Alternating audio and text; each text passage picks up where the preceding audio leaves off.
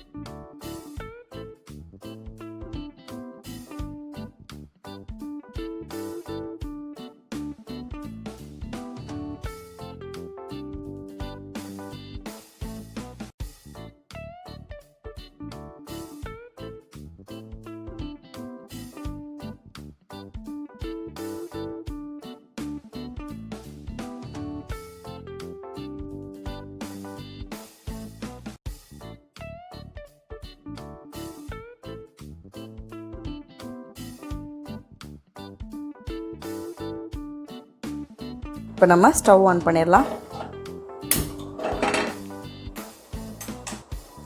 இப்போ நம்ம 2 spoon oil ஊற்றி வச்சு 2 ஸ்பூன் கீங்க. பட்டர் இருந்தால் பட்டர் கூட ஆட் பண்ணிக்கலாம். எண்ணெய் காஞ்சிருச்சு. நம்ம என்ன தாளிக்க போகிறோன்னா ஜீரகம் 1 டீஸ்பூனு, 1 ஏலக்காய் போட்டு பிரிஞ்ச் லீஃப் ஒரு பிரிஞ்ச் லீஃபை 2ஆக கட் பண்ணியிருக்கேன். அது 2 மிளகா கிள்ளி போட்டிருக்கேன். இப்போ ஆனியன்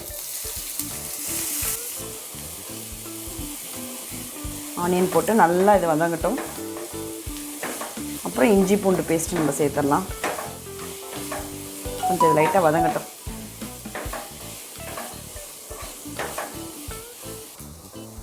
இப்போ நம்ம 2 ஸ்பூன் இஞ்சி பூண்டு பேஸ்ட்டு,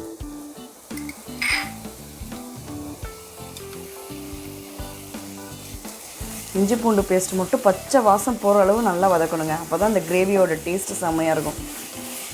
சப்பாத்திக்கு, ரொட்டிக்கு, ஃபுல்காக்கு, புரோட்டா, தோசைக்கு, அதுக்கப்புறம் இதில் கொஞ்சம் எக்ஸஸாக இருந்துச்சுன்னா நீங்கள் ப்ரெட் இருக்கு இல்லையா, அதில் இந்த கிரேவியை போட்டு கூட தொட்டு சாப்பிட்டிங்கன்னா செம்மையாக இருக்கும் சாண்ட்விட்ச். நல்லா வதங்கிருச்சு. இந்த ஸ்டேஜில் இதுக்கு தேவையான உப்பு போட்டுட்டு 3 தக்காளி, நல்லா பெரிய தக்காளியாக பழுத்த தக்காளியாக எடுத்து பேஸ்ட் பண்ணி வச்சுருக்கேன், அதையும் ஊற்றிடலாம். இப்போ நம்ம soya sauce 1 table spoon,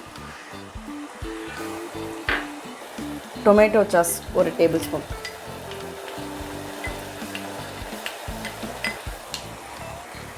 chilli sauce 1 spoon,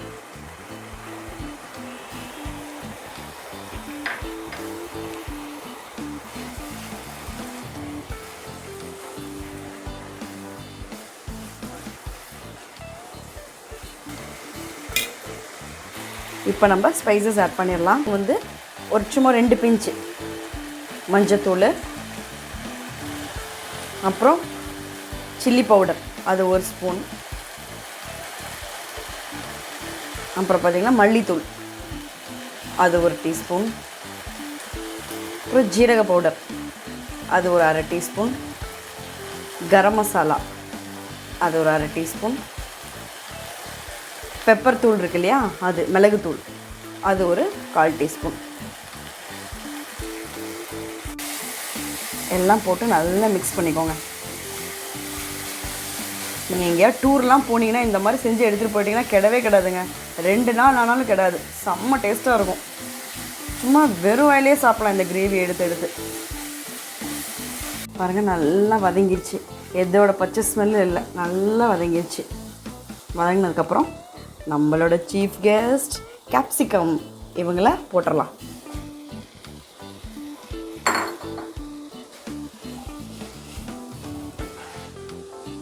போட்டுட்டு நான் ஒரு 1/2 கப்புங்க ஸ்வீட் கார்ன், இதுக்கு பதிலாக நீங்கள் மஷ்ரூமும் ஆட் பண்ணிக்கலாம். உங்களுக்கு பன்னீர் இருந்துச்சுன்னா பன்னீர் ஆட் பண்ணிக்கலாம். நான் இன்றைக்கி ஸ்வீட் கார்ன் இருந்துச்சு, அதனால் இதில் ஒரு 1/4 கப்பு. இப்போ போட வேணாம், கொஞ்சம் இது நல்லா வெந்ததுக்கப்புறம் இது கொஞ்சம் போடலாம்.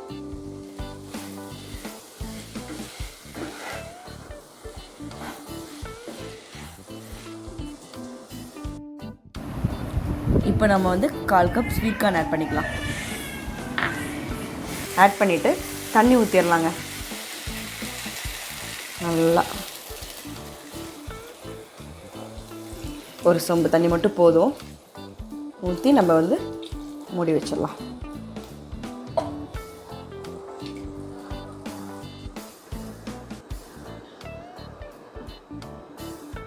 ஏன் நம்ம லிட் போடுறோன்னா நல்லா கொதிக்கும் போது ரொம்ப தெளிக்குங்க இது, அதனால் இப்படி வச்சுக்கலாம். நம்ம பாருங்கள், இந்த ஸ்டேஜில் ஒரு 7 முழுசாக உள்ள முந்திரி பருப்பு வச்சுருக்கேங்க.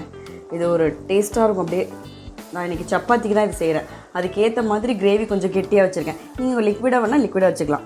இப்போ என்ன பண்ணால், குழந்தைங்களுக்கு நீங்கள் வந்து இதை வைக்கிறீங்க, காரம் வேண்டாம் அப்படின்னு நினச்சிங்கன்னா 2 ஸ்பூன் வந்து சுகர் போட்டுக்கணும். நான் வந்து 1 ஸ்பூன் தான் போட்டுக்கிறேன், கொஞ்சம் காரமும் இருக்கட்டும்ன்ட்டு. போட்டு கிண்டிட்டு ஒரு 5 மினிட்ஸ் வச்சுக்கலாம்.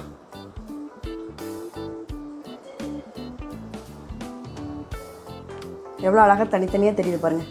இந்த கேப்சிகம், அழகாக ஸ்வீட் கார்ன், டேஸ்ட்டும் சூப்பராக இருக்குங்க. பாருங்கள், 5 மினிட்ஸ் ஆயிடுச்சு.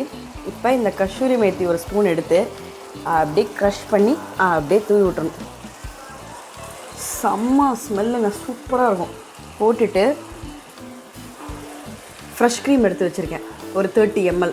இது என்ன பண்ணுறோன்னா அப்படியே இப்படி ஊற்றிட்டு, ஃப்ரெஷ் க்ரீம் ஊற்றுறதுக்கப்புறம் ரொம்ப கொதிக்கக்கூடாது.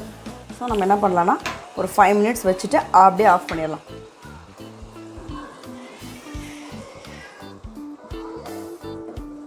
பாருங்கள், ஃப்ரெஷ் க்ரீம் ஊற்றுனோன்னா ரொம்ப கொதிக்கக்கூடாது. ஒரு 5 மினிட்ஸ் மட்டும் சிம்மில் வச்சுட்டு ஆஃப் பண்ணிடணும்.